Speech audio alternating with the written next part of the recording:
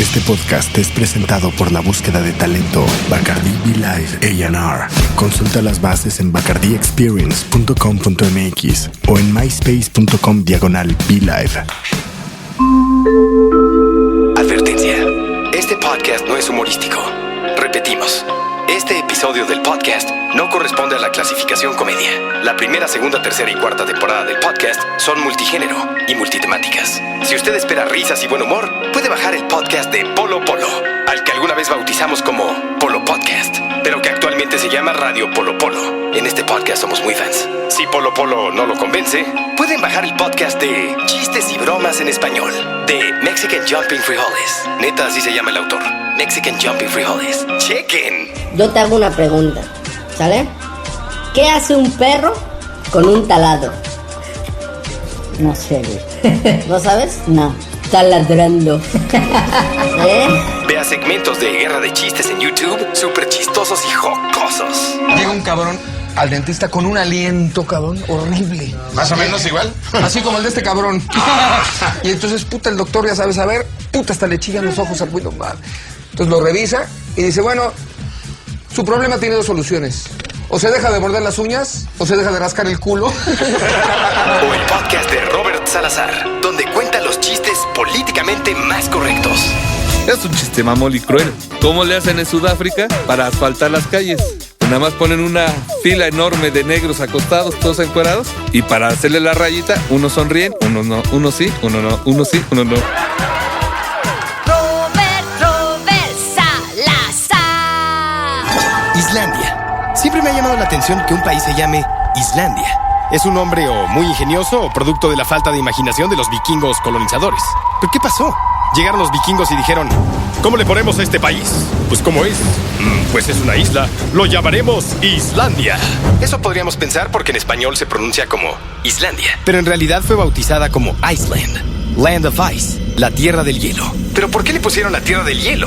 Para que futuros conquistadores pensaran que en ese lugar solo habría hielo y en lugar de atacar su tierra, se fueran a Greenland, es decir, Groenlandia, en donde realmente solo había hielo. Le pusieron la tierra del hielo para distraer al enemigo. Contrario a la creencia popular, la tierra del hielo es un lugar muy verde. ¿Pero qué sabemos acerca de Islandia? A un sector de la sociedad, lo primero que nos viene a la mente es Björk o Sigur Rós. ¿Pero qué más? Nos preocupa cuando en otros países solo conocen el tequila y los tacos de México, pero ¿qué tanto sabemos de otros países que no sean Francia, China o Estados Unidos? ¿Qué sabemos realmente acerca de Islandia? Durante muchos años, varias generaciones han dejado a Islandia en el lugar que le corresponde geográfica y literalmente, es decir, muy lejos. Pero un artículo escrito por Matthew Lynn para Bloomberg News me hizo pensar en Islandia y lo que representa. ¿Qué lugar ocupa Islandia en el mundo? Ocupa el 11º lugar en Producto Interno Bruto per cápita y el primer lugar en desarrollo humano. Cualquiera pensaría que Islandia es un lugar muy frío donde no se puede vivir, pero la corriente del Golfo permite que Yielolandia sea un lugar cálido, a pesar de su latitud, en ciertas temporadas del año. En Yielolandia no tienen un Santa Claus. Tienen 13 Santa Clauses, pero hacen travesuras y maldades. De acuerdo con algunas estadísticas, el crimen o la delincuencia en Islandia es prácticamente inexistente. Se comete un asalto a mano armada, con arma blanca, a la semana. ¡A la semana! El carterismo ha aumentado en los últimos años. ¿Apenas están preocupados por los inofensivos carteristas? No, pues en México sí estamos muy avanzados, la verdad. ¿Pero México tiene algo en común con Islandia? Sí. Yielolandia es uno de los principales consumidores de Coca-Cola. Bueno, algo que no es muy difícil si tienes 290,000 habitantes. Pero a diferencia de nosotros, en Islandia tienen el agua más limpia del mundo. Con todo y su adicción al refresco de Santa Claus, Islandia es un país mega desarrollado, aunque todavía creen en la existencia de gnomos, así como muchos mexicanos todavía creen en el IFE. Obviamente no podemos comparar a un país como México con Islandia, por una lista interminable de razones. Mucho menos si recordamos nuevamente que su población es de 290,000 habitantes. Hay más banda en la colonia del Valle que en Islandia. Entonces, ¿Islandia es un país súper buena onda e inofensivo? ¿Islandia no representa ningún peligro para nadie? En los últimos 2 años, Islandia ha sacudido al mundo en 2 ocasiones. Primero, sus bancos se colapsaron. Fueron el ejemplo perfecto de la fragilidad del actual sistema financiero. With very few natural resources, Iceland owes much of its prosperity and growth to its banking sector. which has now collapsed. La ilustración más dramática de las consecuencias de un sistema fallido. Después, un volcán comenzó a soltar cenizas, provocando una parálisis del sistema aéreo europeo. Los dos eventos evidenciaron la fragilidad de la economía moderna. Con Internet, parece que estamos muy cerca y olvidamos que la distancia cuenta más de lo que creemos. Con la globalización, parece que el mundo es muy pequeño. Con las redes sociales podemos tener amigos a miles de kilómetros de distancia, como si estuvieran muy cerca, como si fueran nuestros vecinos. El dinero se transfiere de país a país en cuestión de segundos y las ideas, conceptos y tendencias vuelan por todo el planeta. Antes, el amor de lejos era de pendejos o de 4. Hoy, el amor de lejos es de Skype o iChat. Cuando trabajaba en radio, solo podía dirigirme a una región específica y había fallas en la transmisión y recepción, fallas físicas y literales. Ahora los mensajes que transmito pueden ser escuchados en China, Finlandia o Islandia. La única barrera sería el idioma.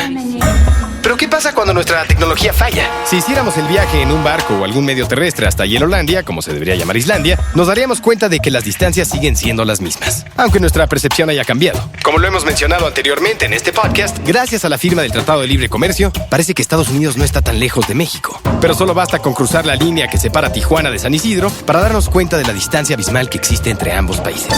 Internet nos hace creer que estamos más cerca, salvo cuando quieres ver algún video y aparece un texto que dice: este video no está disponible en tu región. A través de los monitores de nuestras computadoras, el sistema nos quiere hacer creer que vivimos en la ilusión fantástica de una aldea global, en la cual sus habitantes viven interconectados. Home can mean just about anywhere in the world, including Iceland. Y eso provoca que nos alejemos de la realidad. La crisis económica ha provocado que cada día más mexicanos se sumen a las filas de la pobreza. El desarrollo tecnológico ha llegado a llenar vacíos espirituales. En diferentes momentos de la historia, la vanidad del ser humano le ha hecho creer que puede sustituir sus necesidades espirituales con sus propias creaciones.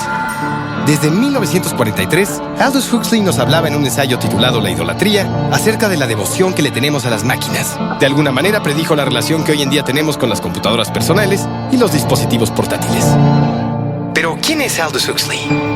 Aldous Huxley fue un escritor inglés de la reconocida familia de intelectuales Huxley. Conocido por sus novelas y una gran variedad de ensayos, publicó también cuentos cortos, libros de viaje y guiones para películas. Mediante sus novelas y ensayos, Huxley ejerció como crítico social y analista de las normas y los ideales. Al final de su vida, Huxley era considerado como un líder del pensamiento moderno y una enciclopedia viviente.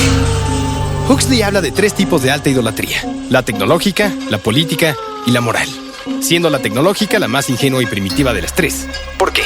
Porque sus devotos creen que su redención y liberación dependen de objetos materiales, es decir, máquinas y los llamados gadgets. Ya en el 43, Huxley decía que la idolatría tecnológica era una religión cuya doctrina estaba explícita o implícitamente promulgada en las páginas de los diarios y revistas y que la filosofía de hombres, mujeres y niños alrededor del planeta partía de esos anuncios, de la publicidad impresa. Ocurre lo mismo en nuestros días, pero a un nivel infinitamente más evidente. La tecnología y lo que representa se apoderó completamente de nuestras vidas. Desde la Rusia soviética, durante los años de la industrialización, la idolatría a la tecnología era promovida con la misma fuerza que una religión. Y las guerras como la Primera y Segunda Guerras Mundiales estimularon enormemente el culto en todos los países beligerantes. The gray skies, always filled with smoke, tell us how productive the area is. El éxito militar depende en gran parte de las máquinas. Y por lo mismo se cree que el éxito en cualquier esfera de la sociedad, para resolver problemas, tanto personales como sociales, militares o técnicos, depende de las máquinas. Eventually, the steel is made into railroad cars, locomotives and other products that are important to all of Europe. De acuerdo con Huxley, la otra tendencia, solo un poco menos ingenua que la devoción hacia los objetos materiales, es la idolatría hacia las organizaciones sociales y o económicas. Si al ser humano se le impone el tipo de organización que necesita, todos sus problemas, desde el pecado y la falta de felicidad o hasta el drenaje, serán resueltas automáticamente. Pero nada será mágicamente resuelto por las instituciones. Para los idólatras políticos y tecnológicos, la cuestión de la moral pasa a un nivel secundario. En un futuro no muy lejano, las máquinas y las organizaciones serán tan perfectas que convertirán a los mismos humanos en seres perfectos. Ya en 1943, Huxley detectaba la obsesión del ser humano por alcanzar la perfección de las máquinas con el fin de perfeccionarse a sí mismo. Los humanos que le depositan esas cualidades no se preocupan por cuestiones morales. Si las máquinas son perfectas, el hombre no tiene que ser perfecto. El idólatra moral no es tan ingenuo. Sabe que las cosas no son tan sencillas. Sabe que para que exista una reforma social, primero debe haber una reforma personal. Huxley cita a varios filósofos que pensaban lo siguiente: el error del idólatra moral es venerar sus propios ideales éticos en lugar de los ideales de Dios. Para entender el conocimiento de Dios, es indispensable entender la virtud como un medio y no como un fin. La falta en la moral está en la idolatría. Depositar en una idea que probablemente solo existe en nuestras cabezas y darle lugar de Cristo. Aquí no podemos hacer un ídolo porque es un ser que combina armónicamente todas las ideas de perfección. De acuerdo con Huxley, todo lo anterior es positivo, salvo porque omite el concepto de la llamada gracia, que él define como eso que se da cuando un ser humano se rinde ante su propia voluntad y se abandona a sí mismo ante la voluntad de Dios. Abandona su voluntad y se la delega a Dios. Con esto, nuestro vacío se llena, nuestras debilidades se refuerzan y nuestra depravación se transforma. Por supuesto, hay gracias y pseudogracias, y generalmente es difícil distinguirlas. Pero a medida que el tiempo pasa y nos enfrentamos a diferentes circunstancias, nuestra personalidad se vuelve más compleja y la discriminación entre ambas más plausible. A la virtud se llega sin tener que pagar con la dureza del fanatismo y la falta de caridad. Y el orgullo espiritual es la consecuencia de un automejoramiento estoico. Es decir, por el esfuerzo y el trabajo que un individuo hace en sí mismo. Que no es Dios, sino una proyección de lo que él entiende por Dios. Si el idólatra no tiene un conocimiento o entendimiento mínimo de la realidad, no importa qué tanto crea en Dios o lo venere. No importa qué tantas oraciones recite por hora. Su nivel espiritual seguirá siendo limitado. Si no analizas profundamente la realidad, difícilmente podrás avanzar espiritualmente. Pero regresemos al punto original que nos llevó a hablar de la idolatría tecnológica.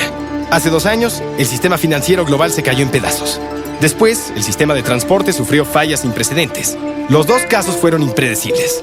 Se pensaba que el terrorismo fundamentalista islámico sería el responsable de provocar un caos en el sistema de aerolíneas internacionales, y un volcán islandés se encargó de ese trabajo.